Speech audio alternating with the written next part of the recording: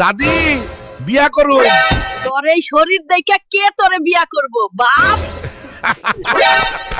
দাদি তুমি কইছিলা আমারে কে বিয়া করব, দেহ বউ লই আইছি।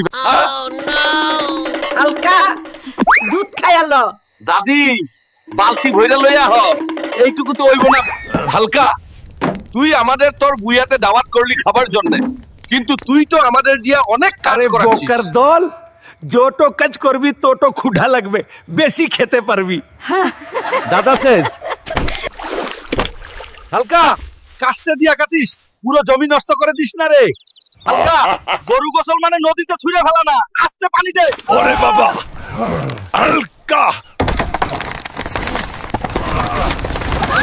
ওরে বাবা তোকে খাওয়াইতে গেলে তো পুরো গ্রামের গরু শেষ। আরমান ভাই ওয়ান আমার চুলদারে একটা চাঁদ দেও তো, যেমনে ভালো লাগে। আজ হালকা ভাই খারাও দিতাছি। হালকা ভাই ঘুমাইয়া পড়ছে আর আরমান ভাই চুলকাইতা একেবারে নেড়া বানাইতেছে। এইটুকু তো হইব না। এই হুলক সারাদিন ঘাস খাস আর ঘুমাস।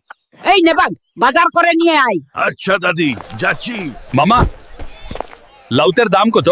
90 টাকা। না মামা আমি 100 টাকার বেশি দিতে পারবো না। হাল তুই এটা কি করলি? পরিবেশ নোংরা করতেছিস নাকি?